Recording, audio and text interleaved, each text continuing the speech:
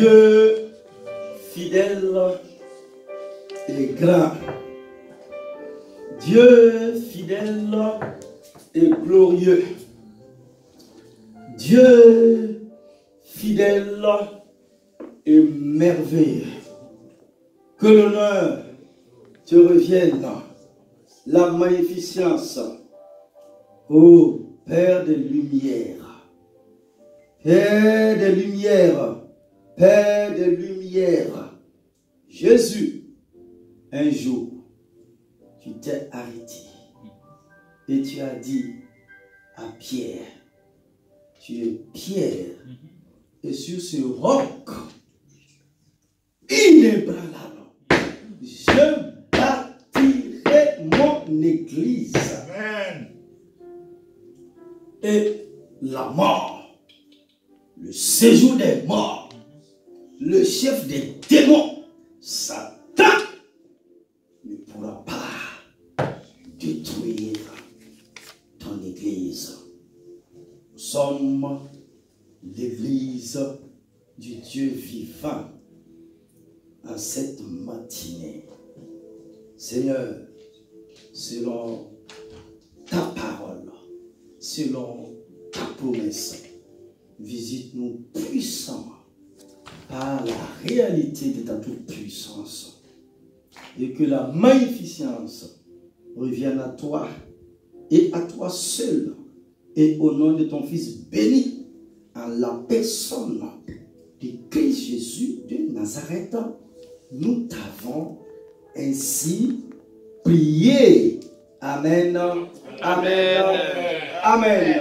Amen. Gloire à Dieu. Amen. Veuillez vous asseoir, s'il vous plaît. Et je vous invite à prendre vos Bibles avec moi.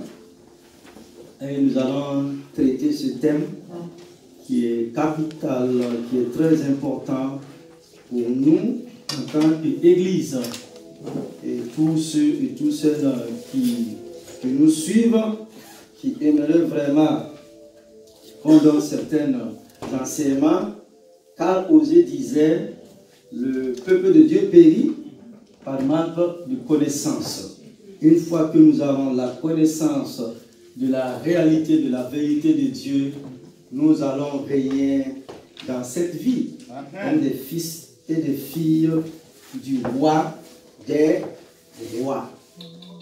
L'Église du Christ, une révélation divine et un appel à la fidélité. Amen. Waouh. On n'a pas encore dit Amen à la parole de Dieu. Amen. Amen. L'Église du Christ, une révélation divine et un appel à la fidélité. Amen. Et comme texte biblique de référence, nous lisons dans 1 Pierre. 1 Pierre au chapitre 2, verset 9. Je lis dans la Bible parole de vie. Mais vous êtes la race choisie, la communauté des prêtres du roi, la nation sainte. Vous êtes le peuple que Dieu a choisi pour annoncer les grandes choses qu'il a faites. Dans la version Louis II, vous, au contraire, vous êtes une race élue, un sacerdoce royal, une nation sainte, un peuple acquis, afin que vous annonciez les vertus de celui qui vous a appelé des ténèbres à son admirable lumière. Amen. Amen. Ce verset établit immédiatement l'identité spirituelle de l'Église. Un peuple choisi, mis à part, porteur de la lumière divine. Notre deuxième texte, Matthieu au chapitre 16, verset 18. Et moi, bien sûr Jésus, qui parle à Pierre, je te dis que tu es Pierre, et que sur ce roc, je bâtirai mon église, et que les portes du séjour des morts ne prévaudront point contre elle. Ce verset affirme l'origine divine, la solidité et l'invincibilité de l'église bâtie par Jésus lui-même. Notre troisième texte, Éphésiens au chapitre 5, versets 25 à 27. Christ a aimé l'Église et s'est livré lui-même pour elle, afin de la sanctifier en la purifiant par l'eau de la parole, pour faire paraître devant lui cette Église glorieuse, sans tache, ni vide, ni rien de semblable, mais sainte et irréprochable. Ce passage révèle l'amour de Christ pour son Église, son œuvre de sanctification et la gloire finale de l'épouse fidèle. Amen. Amen. Tu vas demander à ton frère, à ta soeur, est-ce que tu es vraiment l'épouse fidèle de Christ Jésus? Est-ce que tu es vraiment l'épouse fidèle de Christ? Est-ce que tu es l'épouse fidèle de Christ Jésus? Selon Éphésiens au chapitre 5, et vous qui me suivez, les versets 25, 26 et 27. Église, aujourd'hui, le Saint-Esprit nous invite à contempler un sujet glorieux, un mystère éternel, une vérité que beaucoup ont oublié ou négligé. L'Église du Christ Jésus. L'Église, ce mot résonne souvent dans nos bouches, mais en connaissons-nous vraiment la signification selon le cœur de Dieu? Pour certains, l'Église est un bâtiment avec un clocher. Pour d'autres, c'est une institution, un mouvement ou même une organisation humaine. Mais pour le Seigneur Jésus, l'Église est son corps, son épouse bien-aimée, son peuple racheté par le sang de la croix. Christ a aimé l'Église et s'est livré lui-même pour elle, afin de la sanctifier, la purifier et la présenter glorieuse devant lui.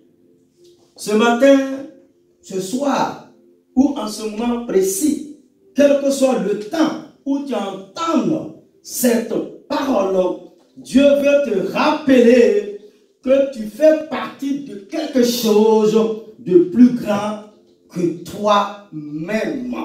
L'Église du Christ n'est pas un club religieux, ni une association de croyants, mais elle est le plan éternel du Créateur, préparé avant la fondation du monde. Selon Éphésiens au chapitre 1, verset 4. Avant même que la terre ne soit formée, le Père avait déjà prévu une épouse pour son Fils, avant que les montagnes ne paraissent. Il avait déjà rêvé d'un peuple saint, fidèle et consacré. Avant que le premier homme ne respire sur la terre des hommes, Dieu avait déjà décidé que Christ serait la tête d'un corps glorieux. Mais le diable, depuis toujours, cherche à déformer cette vérité. Il sème la confusion, la division, les doctrines humaines, les traditions et les dénominations. Il a réussi à faire croire à beaucoup que toutes les églises se valent, que toutes mènent à Dieu, que les différences n'ont pas d'importance. Mais la parole de Dieu est claire. Il n'y a qu'un seul Seigneur, une seule foi, un seul baptême, un seul corps et un seul esprit. Selon Éphésiens au chapitre 4, les versets 4, 5 et 6. L'église du Christ n'est donc pas une église parmi tant d'autres, mais l'église unique que Jésus a bâtie sur la révélation de son identité divine. Souviens-toi, quand Pierre déclara « Tu es le Christ, le Fils du Dieu vivant », Jésus répondit « Tu es Pierre, et sur ce roc, je bâtirai mon église. » L'église du Christ est donc le peuple racheté par le sang de l'agneau. Apocalypse au chapitre 5, verset 9. Le corps vivant, dont Christ est la tête. Colossiens chapitre 1, verset 18. La maison spirituelle où habite Dieu par son esprit. 1 Pierre au chapitre 2, verset 5. La lumière du monde est le sel de la terre. Matthieu au chapitre 5, versets 13 et 14. Et la fiancée fidèle qui attend le retour glorieux de son époux. Apocalypse au chapitre 19, verset 7. L'église n'est pas seulement un lieu où l'on va le dimanche. Hello, mon frère, ma soeur, et vous qui me suivez, je vous parle de tout mon cœur. Je vous parle avec amour. L'église n'est pas seulement un lieu où l'on va le dimanche. L'église, c'est ce que nous sommes chaque jour dans nos cœurs, nos familles, nos relations, notre témoignage. C'est ce que je vous propose de voir en 3 points au cours de l'enseignement du jour. Grand 1. La nature spirituelle de l'Église. La nature spirituelle de l'Église. Petit 1. L'Église, un peuple appelé hors du monde. L'Église n'est pas une invention humaine, mais résulte d'un appel divin. Le mot Église vient du grec ecclésia, qui signifie littéralement ceux qui sont appelés hors du monde. Oh yes. Dieu appelle des hommes et des femmes, des jeunes et moins jeunes, à sortir des ténèbres pour entrer dans sa lumière admirable. Vous, au contraire, vous êtes une race élue, un sacerdoce royal, une nation sainte, un peuple acquis, afin que vous annoncez les vertus de celui qui vous a appelé des ténèbres à son admirable lumière. 1 Pierre au chapitre 2, verset 9, que nous venons de lire à l'introduction. Ainsi, être membre de l'église du Christ, c'est avoir répondu à l'appel du Seigneur Jésus. C'est dire de tout son cœur. Dans ce monde, tous nous poussent à conformer, sinon à nous conformer, à nous mélanger, à plaire aux hommes. Mais Dieu appelle son peuple à être mis à part, consacré, différent.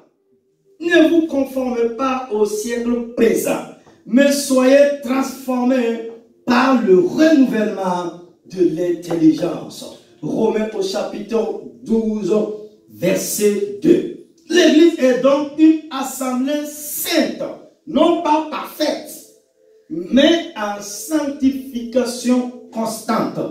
Elle ne s'appuie pas sur les traditions humaines, ni sur les apparences religieuses, mais sur la transformation intérieure du cœur. Selon 1 Pierre au chapitre 2, verset 5. C'est en est le ciment, la présence qui unit, fortifie et vivifie chaque pierre. Petit 2.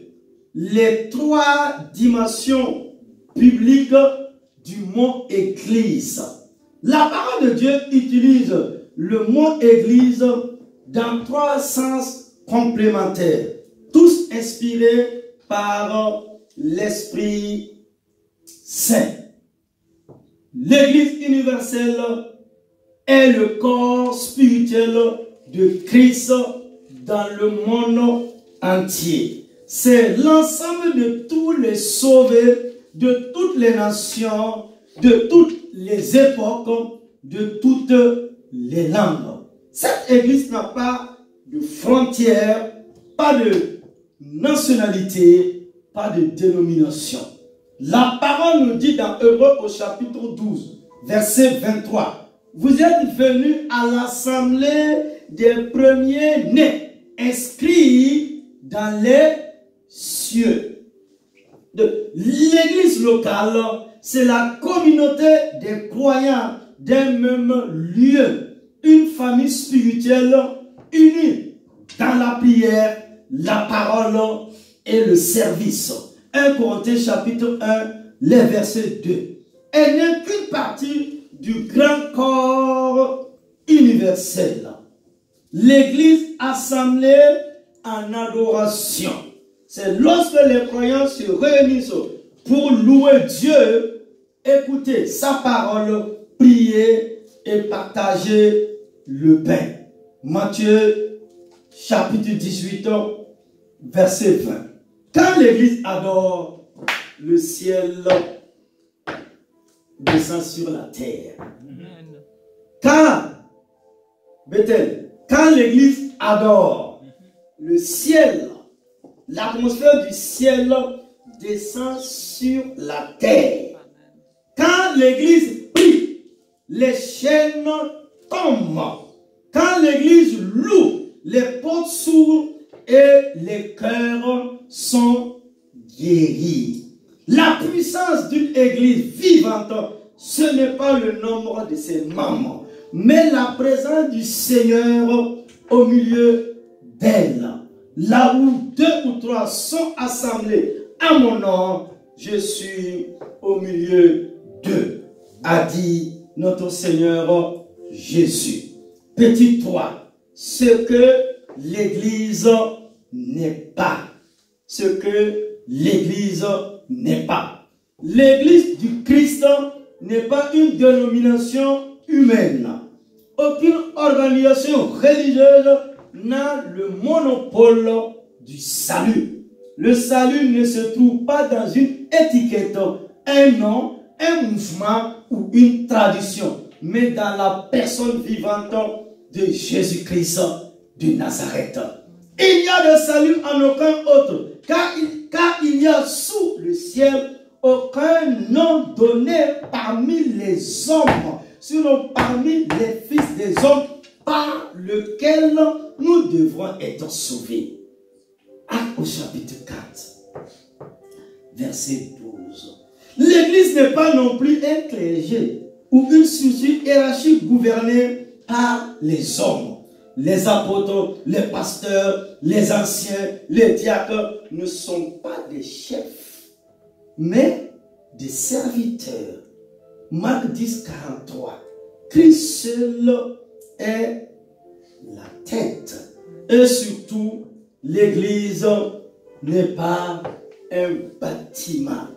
Les pierres les bancs, les chaises, les croix et les murs ne sont pas l'église.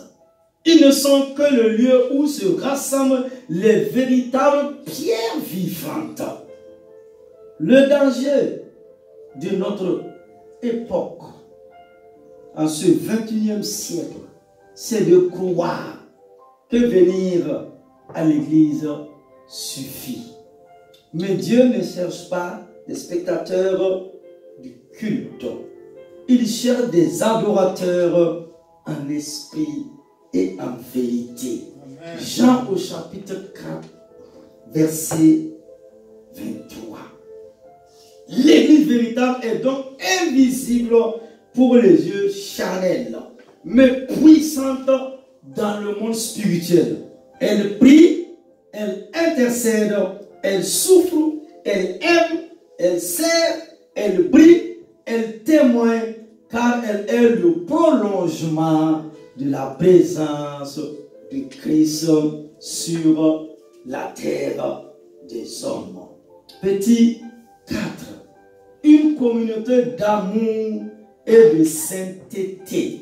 L'église du Christ n'est pas une foule, mais une famille. Jésus a dit à ceux-ci, tous connaîtront que vous êtes mes disciples si vous avez de l'amour les uns pour les autres. Jean au chapitre 13, verset 35.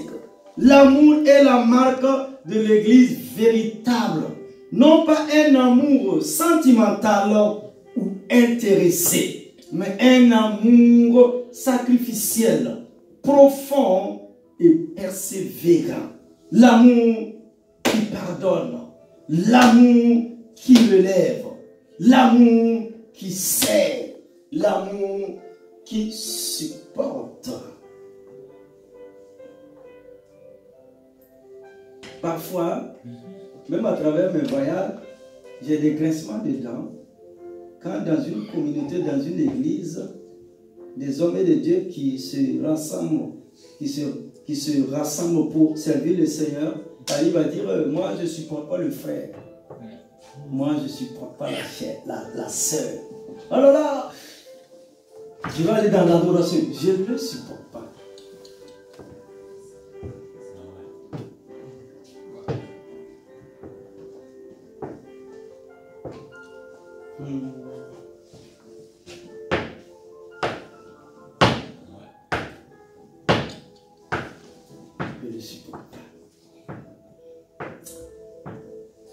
Je reprends cette partie pour vous.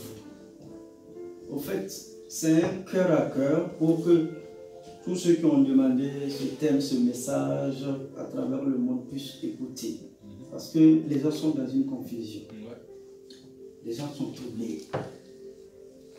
Et aujourd'hui, Pierre ne reconnaît pas l'église qu'ils ont laissée sur la terre des hommes. Paul ne reconnaît pas l'église. Les autres. Ma soeur, l'amour est la marque de l'église véritable. Non pas un amour sentimental ou intéressé. Tu m'aimes, je t'aime. Tu m'aimes pas, je t'aime pas. Mais un amour sacrificiel. Un amour profond. Un amour persévérant. L'amour qui pardonne. L'amour qui relève le frère ou la sœur qui est tombée. L'amour qui sert. L'amour qui supporte. Et l'auteur de l'Épître aux Hébreux continue au chapitre 12, verset 14. De même, la sainteté n'est pas une option. Elle est la respiration de l'Église. Sans la sanctification, nul ne verra le Seigneur Dieu. L'Église du Christ doit briller dans un monde corrompu. Elle doit être pure dans sa doctrine, droite dans sa conduite, vraie dans son témoignage. Si le monde ne voit pas la différence entre les enfants de Dieu et ceux du monde, alors l'Église a perdu sa saveur. Mais lorsque l'Église demeure dans la vérité, quand elle marche dans l'obéissance, quand elle reflète la lumière du Christ, alors les ténèbres reculent. Car une Église fidèle, même petite, même persécutée, est plus puissante qu'un empire sans Dieu. N'oubliez jamais de prier pour l'Église persécutée. Des églises cachées à travers le monde où il ne peut pas se rassembler comme nous. Grand 2. L'Église, un royaume éternel et céleste. L'Église est un royaume éternel et céleste. Petit 1. L'Église, fruit du plan éternel de Dieu. L'Église du Christ n'est pas née par hasard. Elle n'est pas le fruit d'une décision humaine, ni d'une révolte spirituelle contre le judaïsme, ni d'un simple mouvement religieux. L'Église est le cœur du dessein éternel de Dieu. Avant la création du monde, avant le péché d'Adam, avant même que le temps n'existe, Dieu avait déjà prévu l'Église. C'est selon le dessein éternel qu'il a mis à exécution par Jésus-Christ, notre Seigneur, nous dit l'apôtre Paul dans Éphésiens au chapitre 3, verset 11. L'Église n'est donc pas une réaction de Dieu face à la chute de l'homme, mais le moyen prévu pour révéler sa grâce et sa gloire. Dans sa sagesse infinie, Dieu a voulu se former un peuple, non pas selon la chair, mais selon l'esprit, un peuple racheté, transformé, restauré pour manifester sa gloire sur la terre des hommes et dans les cieux. Ce plan divin traverse toute la Bible, de l'Ancien Testament jusqu'au Nouveau Testament, sinon de la Genèse à l'Apocalypse. Déjà dans l'Ancien Testament, Dieu a choisi Israël comme figure prophétique de l'Église à venir. Dans le Nouveau Testament, ce plan s'accomplit pleinement en Christ, le nouvel Adam, le chef d'un peuple spirituel. Car vous n'êtes plus des étrangers, ni des gens du dehors, mais vous êtes concitoyens des saints, gens de la maison de Dieu. Éphésiens au chapitre 2, verset 19. Ainsi, l'Église n'est pas née à la Pentecôte par accident. Elle y fut révélée, mais elle existait déjà dans le cœur de Dieu depuis l'éternité. C'est pourquoi Jésus pouvait dire, avant qu'Abraham ne fût, je suis. Jean 8, 58. Il était déjà là, le fondement du plan divin, la pierre angulaire de l'Église éternelle. Petit 2. L'Église est le royaume de Dieu. Une même réalité spirituelle. Il y a l'Église, il y a le royaume de Dieu. Et nous ne devons pas faire cette confusion. Au fait, l'Église est sortie du royaume. Dieu avait commencé avec un royaume éternel. C'est pourquoi Jésus a parlé sans cesse du royaume de Dieu dès le début de son ministère. Il proclame, repentez-vous car le royaume des cieux est proche. Matthieu chapitre 4 verset 17. Et quand il dit à Pierre, je te donnerai les clés du royaume. Il n'a pas dit, je te donnerai les clés de l'église. Matthieu au chapitre 16, verset 19. Il parlait de l'autorité qu'il confierait à ses apôtres pour ouvrir les portes de l'église à toutes les nations de la terre. C'est pourquoi l'évangile est arrivé jusqu'à nous. C'est pourquoi depuis des terres, Dieu a envoyé des missionnaires qui ont donné leur vie, hein, qui ont été des sacrifices vivants pour que nous puissions rencontrer ce Seigneur de gloire. Amen. Église. Ainsi, le royaume et l'Église ne sont pas deux entités différentes, mais deux aspects d'une même œuvre. Le royaume exprime le règne spirituel de Christ. L'Église manifeste ce règne dans le monde visible. Quand une âme est sauvée, elle entre dans le royaume de Dieu et devient membre de l'Église du Christ. Il nous a délivrés de la puissance des ténèbres et nous a transportés dans le royaume du Fils de son amour. Colossiens 1, 13. Frères et sœurs, le royaume de Dieu n'est pas une monarchie terrestre, ni un empire politique. Il n'a ni drapeau, ni palais, ni armée charnelle.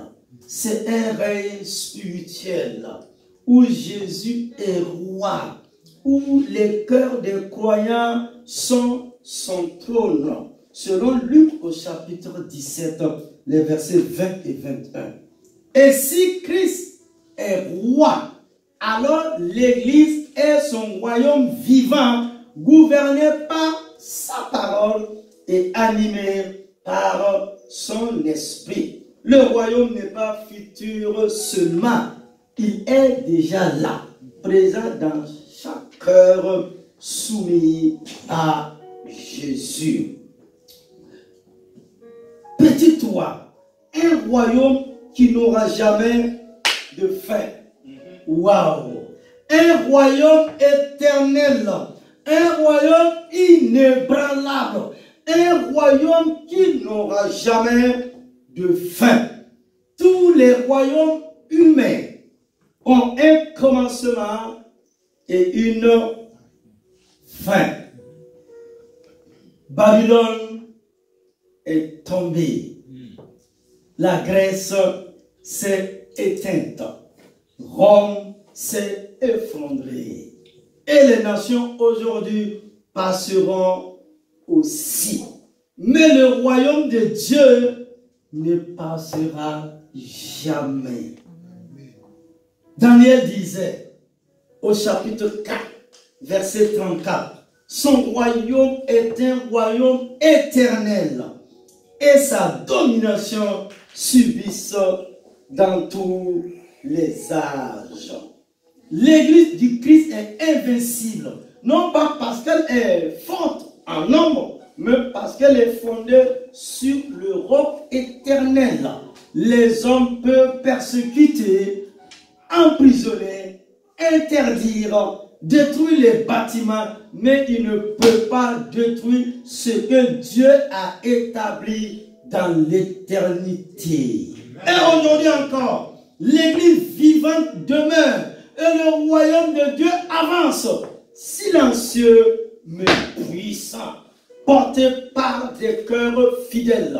Matthieu au chapitre 13, les versets 31 et 32. Le royaume des cieux est semblable à un grain de sénévé qui est la plus petite de toutes les semences. Mais quand il a poussé, il devient un grand arbre. Ce royaume transforme le monde de l'intérieur. Et un jour, quand le roi reviendra, il le manifestera dans toute sa gloire. Petit 4. Être citoyen du royaume. Être citoyen du royaume des cieux. Être membre de l'Église du Christ, c'est être citoyen du royaume éternel. Mais pour entrer dans ce royaume, il faut naître de nouveau. Si un homme est né d'eau et d'esprit, il ne peut entrer dans le royaume de Dieu. Disait un jour Jésus à un chef religieux, Nicodème. L'appartenance au royaume ne se ressort pas par héritage, ni par tradition, ni par baptême d'enfant, mais par la nouvelle naissance spirituelle. La foi en Christ, le repentir, le baptême et la réception du Saint-Esprit. Ce que je ne veux que vous prêchiez, vous répétez tous les jours. La foi en Christ, le repentir, le baptême, celui qui croira et qui sera baptisé sera sauvé. Et la réception du Saint-Esprit, selon Actes au chapitre 1, verset 8. Et lorsque tu entres dans ce royaume, tu changes de roi. Tu ne sais plus le monde, mais Jésus-Christ. Amen. Tu changes de loi. Ta nom, c'est la parole de Dieu. Tu changes de citoyenneté. Ta partie n'est plus la terre, mais le ciel. Amen. Tu deviens un citoyen céleste. Notre cité à nous est dans les cieux, d'où nous attendons aussi comme sauveur le Seigneur Jésus-Christ. Ainsi, l'Église du Christ n'est pas une religion, c'est une nation spirituelle, un peuple céleste, un royaume d'amour et de sainteté. Et nous arrivons au grand 3. Pour terminer. Troisièmement, les fondements visibles de l'Église. Le fondement divin, Jésus-Christ, unique bâtisseur. L'Église du Christ n'a qu'un seul fondateur, un seul architecte, un seul constructeur, Jésus-Christ lui-même. Le Seigneur déclara: je bâtirai mon église et les portes du séjour des morts ne prévaudront point contre elle. Matthieu 16, 18. Remarquez bien ces paroles de Jésus. Il dit: je bâtirai, non pas vous bâtirez. C'est lui et lui seul qui en est l'auteur. Il n'a confié ce rôle à aucun apôtre, à aucun prophète, à aucun prêtre, à aucun pasteur, à aucun roi. L'Église n'a pas été construite par la main des hommes, mais fondée par le sang du Fils du Dieu vivant. Les hommes ont fondé des religions. Luther a fondé le lutheranisme, Wesley le méthodisme, Joseph les mormons. Mais Jésus-Christ n'a fondé qu'une seule église, la sienne. Et il n'en bâtira jamais une autre. C'est pourquoi l'apôtre Paul affirme: personne ne peut poser un autre fondement que celui qui a été posé, savoir Jésus-Christ. 1 Corinthiens chapitre 3, verset 11. Toutes les églises humaines se fondront, mais celle qui repose sur Christ demeure inébranlable. Il est la pierre angulaire rejetée par les bâtisseurs, mais choisie par Dieu et précieuse. 1 Pierre 2, 6. Et quiconque, ma Bible me dit, et quiconque s'appuie sur cette pierre ne sera jamais confus. L'église véritable a été bâtie sur la révélation du Christ vivant, sur la vérité que Pierre a proclamée. Tu es le Christ, le Fils du Dieu vivant. Matthieu 16, 16. Petit 2. Le lieu et le moment de la fondation de l'église. Le lieu et le moment de la fondation. Après avoir promis: je bâtirai mon église, Jésus attendit le temps fixé par... Et ce temps arriva le jour de la Pentecôte à Jérusalem, environ à l'an 30. Actes au chapitre 2, les versets 1 et 4. Ce n'était pas un simple événement religieux, c'était la naissance de l'Église du Christ. Ce jour-là, Pierre prêcha le premier message de l'Évangile. Il annonça la mort, la résurrection et l'exaltation du Seigneur Jésus, selon Actes au chapitre 2, verset 38. 3000 âmes courues furent baptisées et ajoutées à l'Église. Voici le commencement, le véritable acte de naissance du corps de Christ. Depuis ce jour, le Seigneur ajoute à son Église. Il ne fonde pas de nouvelle Église. C'est pourquoi toute communauté née ailleurs ou plus tard ou sous un autre nom ne peut être celle que Jésus a bâtie. Elle peut être religieuse, sincère, dynamique, mais elle n'est pas le modèle biblique de l'Église de Christ qu'il a laissé sur cette terre des hommes. L'Église selon le modèle biblique. Petit 3, le nom et l'identité de l'Église. Si quelqu'un me donnait tout sur sa pièce d'identité, je veux voir quoi? La photo, le nom, l'identité. On est d'accord? Sous quel nom? Je vous pose cette question. Sous quel nom l'Église du Christ doit-elle être connue? Dans les Écritures, c'est-à-dire dans les Saintes Écritures, plusieurs appellations sont données, tous centrés sur Dieu et sur le Christ. L'Église du Christ, Romains 16, 16. L'Église de Dieu, 1 Corinthiens 1, 2. Corps de Christ, Éphésiens 1, 22. L'Église du Seigneur, Actes 20, 28. L'Église des saints, 1 Corinthiens 14, 33. Tu as entendu ici l'Église des pasteurs d'Israël?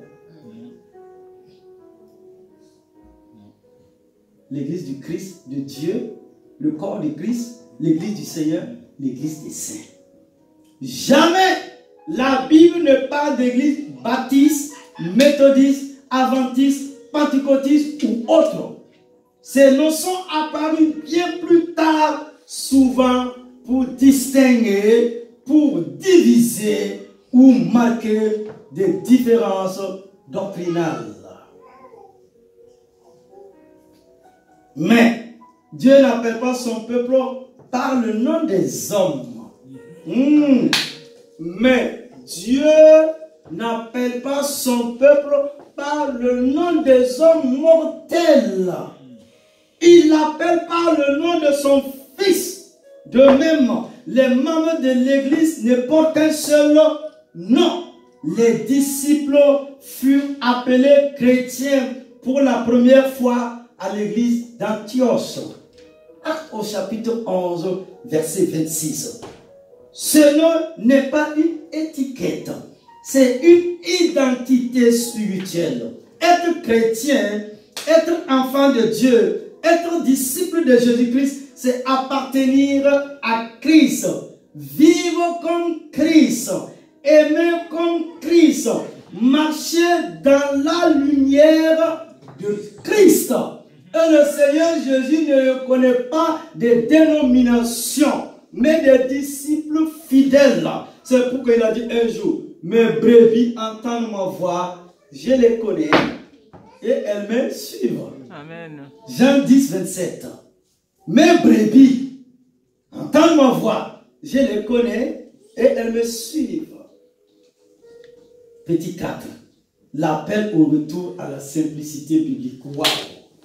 L'appel du Saint-Esprit, l'appel du Saint-Esprit au retour à la simplicité biblique. À travers les siècles, je dirais à travers les âges, les hommes ont ajouté leur tradition, leur doctrine, leur système. Mais Dieu appelle son peuple à revenir à la simplicité du modèle apostolique. Oui. À travers les siècles, sinon à travers les âges, les hommes ont ajouté leur tradition, leur doctrine et leur système.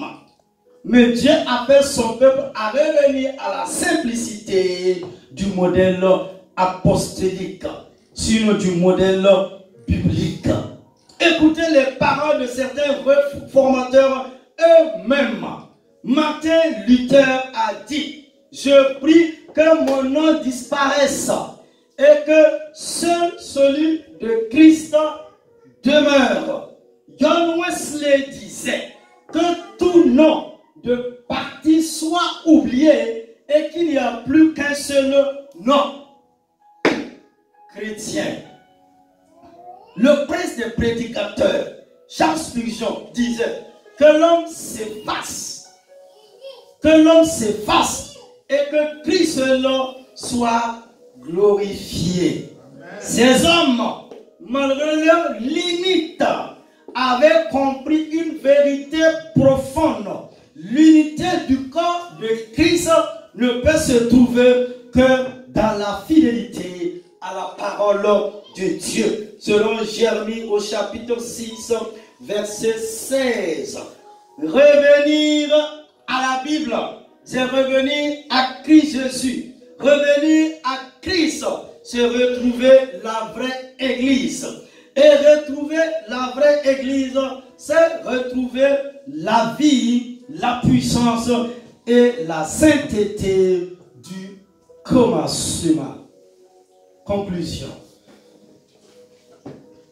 L'Église du Christ n'est pas un vestige du passé, ni une simple institution religieuse.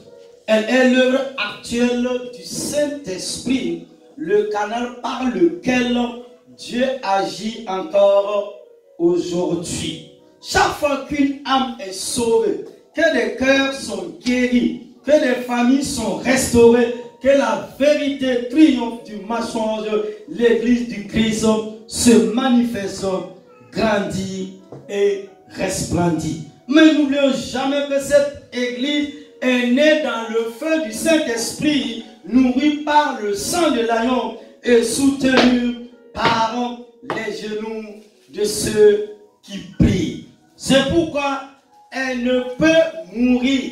Ce qui est né du ciel ne peut être détruit par la terre. Alors, tenons ferme, restons fidèles, marchons dans l'amour, car le roi revient bientôt et il reviendra chercher une église glorieuse, une église purifiée, brillant comme l'or éprouvé par le feu. Selon Apocalypse au chapitre 3, verset 21.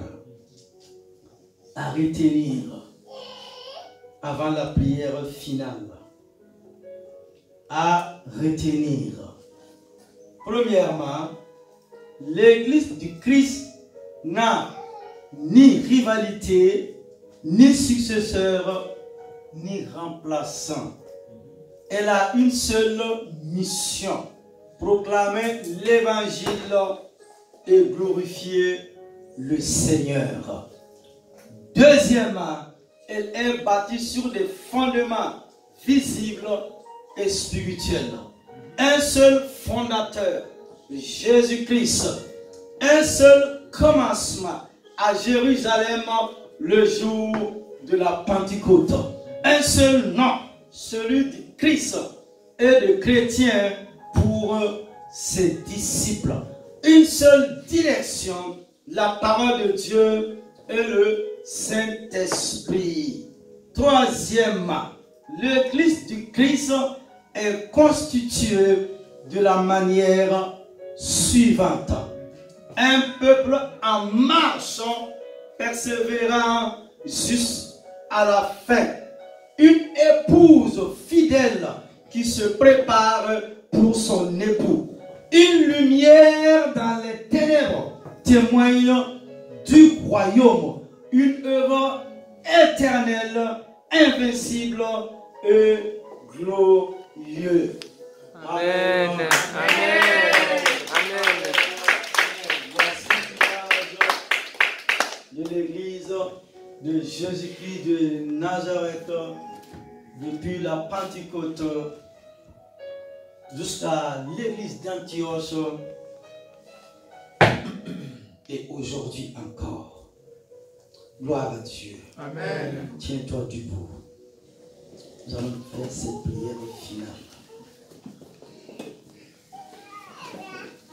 Prière finale. Tu peux te tenir debout.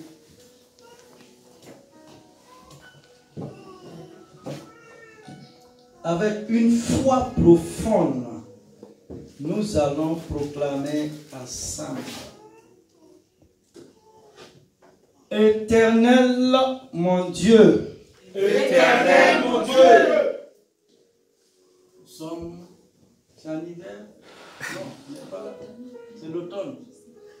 Donc le froid a commencé. Éternel mon Dieu. Éternel mon Dieu.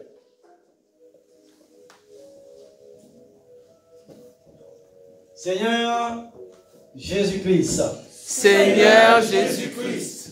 Seigneur Jésus-Christ. Seigneur Jésus-Christ. Seigneur Jésus-Christ. Seigneur Jésus-Christ. Toi le rocher des siècles. Toi le rocher des siècles. Toi le rocher des siècles. Toi le rocher des siècles. Le bâtisseur de ton église. Le bâtisseur de ton église. Et le roi des rois. Et le roi des rois. Nous nous tenons devant toi. Nous nous tenons devant toi. Dans la foi. Dans la foi. Et reconnaissant du sang pour racheter ton église. Et reconnaissant du sang pour acheter ton église. Tu l'as fondé sur la vérité.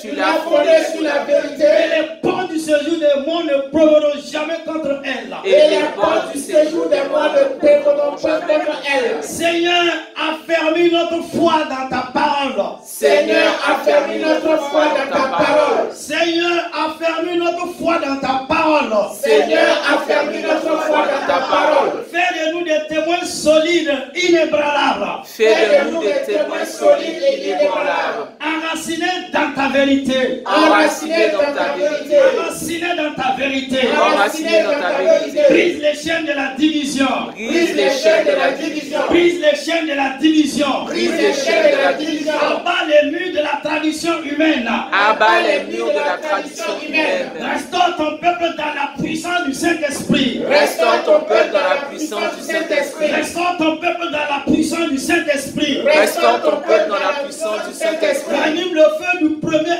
amour dans nos cœurs. Ranime le feu du premier amour dans nos cœurs. Ranime le feu du premier amour dans nos cœurs. Ranime le feu du premier amour dans nos cœurs. Purifie ton église. Purifie ton église. Purifie de ton église. Purifie ton église. Fais de nous une église de lumière. Fais de nous une église de lumière. Fais de nous une église de lumière. Fais de nous une église de lumière. Une église de feu. Une église de feu. Une église de feu. Une église de feu. Une église de feu. Une église de feu. Une église qui reflète ton royaume sur la terre. Une église qui reflète ton royaume sur la terre. Une église qui reflète ton royaume sur la terre. Une église qui reflète ton royaume sur la terre. Que nos vies soient un hôtel vivant. Que nos vies soient un hôtel vivant. Que nos vies soient un hôtel vivant. Que nos vies soient un hôtel vivant. Un parfum agréable. Un parfum agréable. Un parfum agréable. Un parfum agréable. Un témoignage éclatant de ta gloire. Un témoignage éclatant de ta gloire. Un témoignage éclatant de ta gloire. Un témoignage éclatant de ta Et gloire.